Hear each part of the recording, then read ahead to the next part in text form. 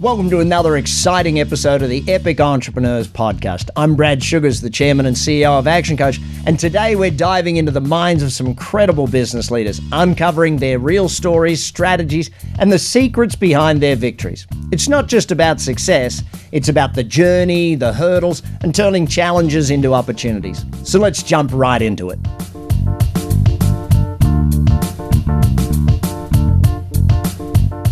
So welcome to this Epic Entrepreneurs Podcast. Today, it's my great pleasure to introduce Helen Sampson, who runs a web design agency, Jagged Crow Creative, from her farm in rural South Australia. Helen established her business in 2017 as a way of replacing her part-time off-farm job. Beginning as a side hustle, as a freelance web designer, Helen soon realised that her mindset needed to change if she were to succeed as a business owner rather than as an employee. After 21 months, Helen took the business full-time and has worked with more than 100 business owners to create and elevate their digital presence. Now in her 7th year of business, Helen still works from her off-grid office on the Fleurieu Peninsula in South Australia and loves connecting with small business owners, playing a small part in their business success. So, welcome, Helen. Thanks, Steve. Now, let's start off by telling us what are the top 3 things you did that made you successful in business and how others can follow you in your footsteps. I think one of the most important things I did in the very early days, Phil, was that I recognised very early on that I needed to think differently if I was going to become a business owner versus being an employee. I'd had quite a long and senior career as an employee in large corporate organisations, and I quickly figured out that I needed to think very differently to be a business owner than an employee. So I started listening to podcasts about business mindset, and on my way back and forth to the job, it was about 30 minutes each way, I would listen to podcasts 3 or 4 days a week, trying to change my mindset to that of a business owner. And so that was probably the first thing that I did, was recognise that and do something about it. The second thing that I did was that when the going got tough, I realised I just needed to get tougher and I needed to get my head down and just stay at it. It's very easy when you're an employee to go to the boss and have them sort out the issue, but when you're the boss and you're responsible for your own outcomes, you can't obviously do that. So I became very good at that mental, strength of just going, well, if I don't do it, it doesn't happen. So very quickly I learned that I needed to pretty much solve most of my problems. Having said that, I think one of the other things that has been helped me to be successful is that when I've needed help, I've reached out for it. So I often say to my clients, I don't do hardware. I can't fix your computer problem. I can't fix if the key's stuck or if there's something wrong with your Microsoft Word. I don't fix that. I don't do that kind of IT. But now I have a network of people that I can reach out to and refer clients to if they need help with that. So recognising that I can't be all things to all people, but I need to stay in my lane, I think was really important. Yeah, staying in your lane is really, really important, and doing what you do best, with the experience that you've got. So congratulations, well done.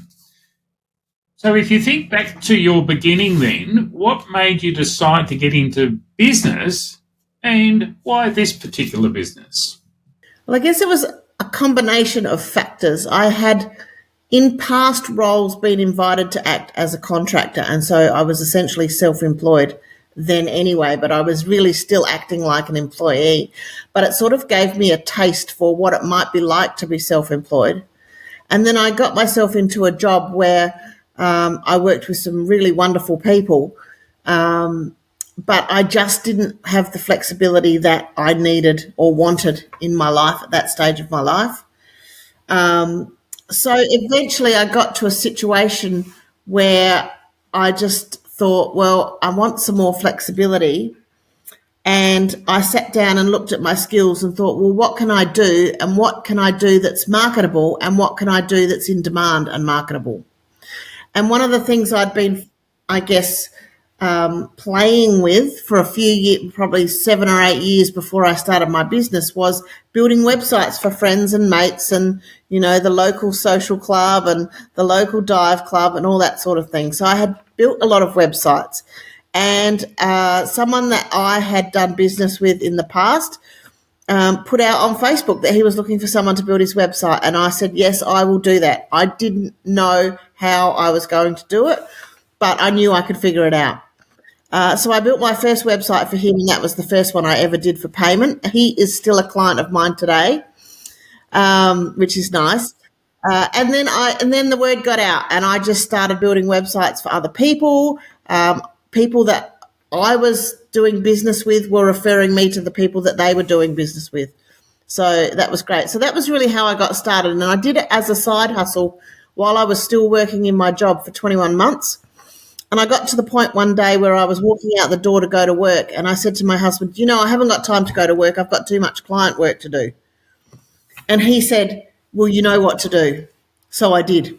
And I haven't really looked back, to be honest. I set myself a goal to replace my employment income in my first 12 months full time, and I did that, and it's grown ever since.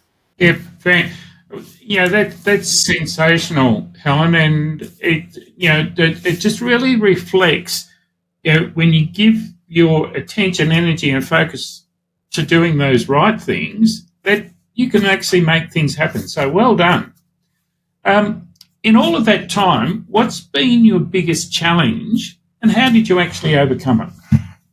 I think for me, the biggest challenge is mental health and mindset, because if you can't get out of your own way, you'll never have success.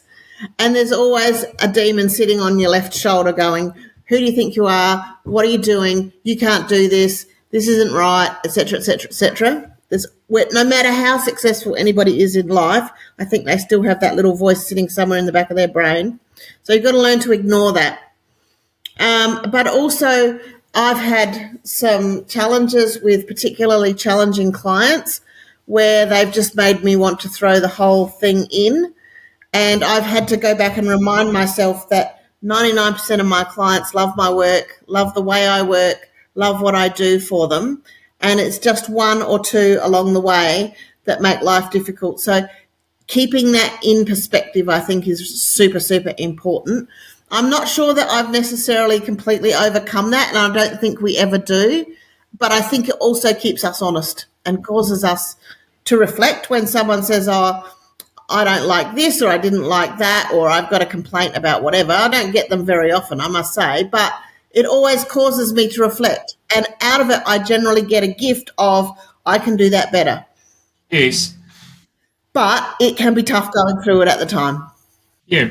Well, what you're outlining there and certainly displaying is a very high degree of resilience. So in terms of that resilience, Helen, how do you keep yourself on track with that and reminding yourself that, okay, it's important I do this so that I can keep going? This is going to sound a bit strange maybe, but I have copies of client testimonials around my office so that I can look up from my laptop and I can see the words of thanks from clients that I've been able to help, who've been just really grateful for what I've been able to do. I work with a lot of clients who are probably 45 years old and over, and so they're the clients that haven't grown up with technology. And because I'm in that age group myself, I can relate to what they're going through, but I have the technical skills that they don't have. So a lot of them are very, very grateful that I can fill that gap, and I'm not a 20-year-old something, just going, oh, this is so easy to do. But I actually can see it from their point of view. I've lived through the same life events and just bring a different skill to the table. So. No, that's fantastic. And I love what you're doing with that positive reinforcement of having your testimonials, scattered around your office. That's fantastic. So how did you personally have to grow, and what did you most have to learn in order to create the success that you've achieved? One of the things that I have been challenged with is pricing and understanding the value that I give to people. Because a lot of the time, for me, it comes easily. So I think, oh, that's not a very valuable skill because I can do that really easily.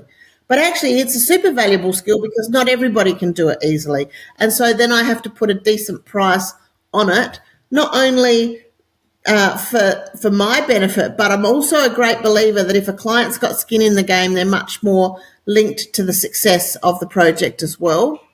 If I was giving websites away for $100 a website, no one would care whether it worked or not. But if people are making an investment in their website, anywhere from say $2,000 or $3,000 and above, then they've got some skin in the game, and so they're much more engaged in making sure that the project is successful as well.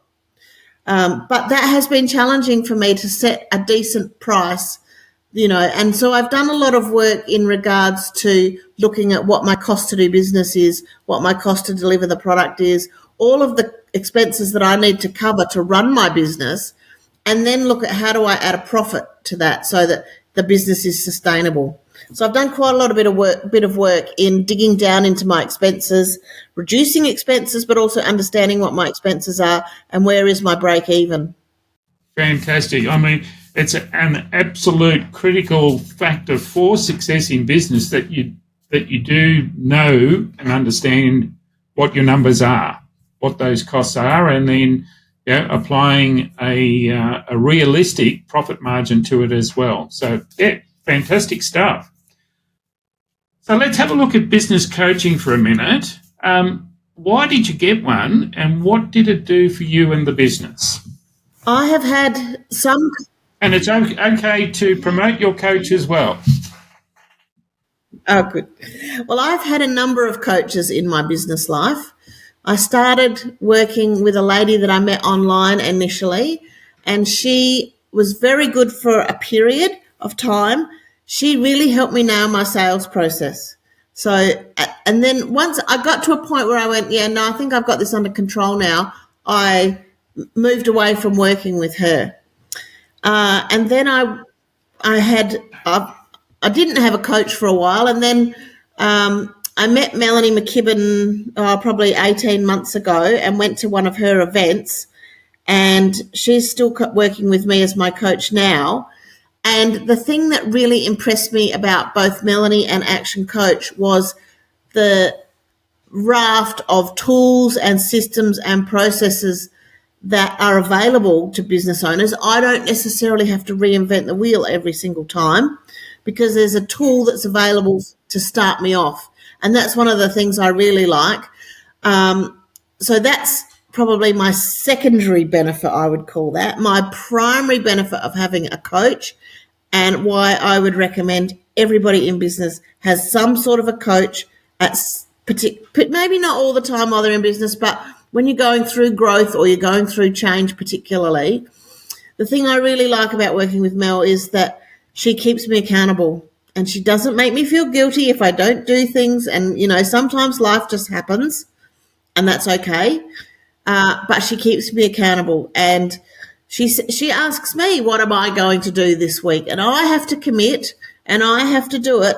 And if I don't do it, then I'm accountable to myself, really, for not doing why I didn't do it, and then rescheduling that to happen at another time or deciding that it's not going to happen at all. So that's been my two things, really, is the raft of tools, procedures, processes, and things that come with the coaching. I really like the format of it and the structure of it. But I think the number one thing for me is accountability. Accountability. Because it's really easy when you're sitting in your office by yourself to go, oh, I'll do that tomorrow. Oh, I'll do that tomorrow. And before you know it, you're 6 months down the track and you still haven't done it.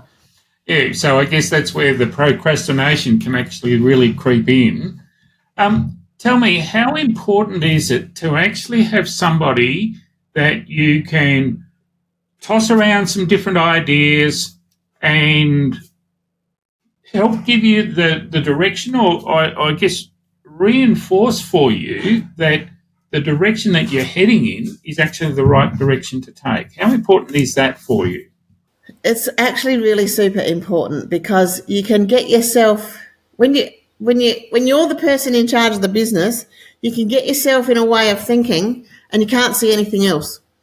And Melanie will come in and she'll go, have you thought about it like this? And she'll flip it on its head. And it just opens your eyes up to see another possibility. So because it's really easy just to get stuck in one way of thinking, or thinking that there's only one solution, or that there's only one way to go forward. And just having another set of eyes across your business that understands your business well enough to be able to ask some intelligent questions about why you've decided to go in that direction, or what it's going to mean in the long term, or potentially, what are the other implications of that decision. Having someone to bounce that discussion off of is absolutely invaluable. Yeah, now that's super. Thanks for that, Helen. Now, one final question. What is the top piece of advice that you've got that you would give to another entrepreneur? My top piece of advice would be, when the going gets tough, keep going. Mm-hmm. And if you need to, reach out for support, because it can be lonely and it can be isolating, but there are lots of people, whether it's people through your business chamber or your local BNI chapter, or through a coach, or just through someone that you know through a connection. There are lots of other business owners out there that have potentially been through what you're going through, and who might be able to just give you some insight or a different perspective. Look, I couldn't agree more on that, Helen. And one of the things that the statistics tell us is that the number one reason why people do go out of business is their failure to ask for help and support soon enough. And so I totally agree. A great piece of advice. Absolutely. Thank you so much for your time today. You're welcome. And I'm really looking forward to following your journey in business as well. So thank you. Lovely. Thanks for your time, Phil. Nice to chat. And that's a wrap for today's epic conversation here on Epic Entrepreneurs. Huge thanks to our amazing guest for pouring their heart into sharing their journey. If you enjoyed this episode, hit that subscribe button, leave a review, share it, or hit that bell. But until next time, let's make sure you keep dreaming, take massive action, and stay epic.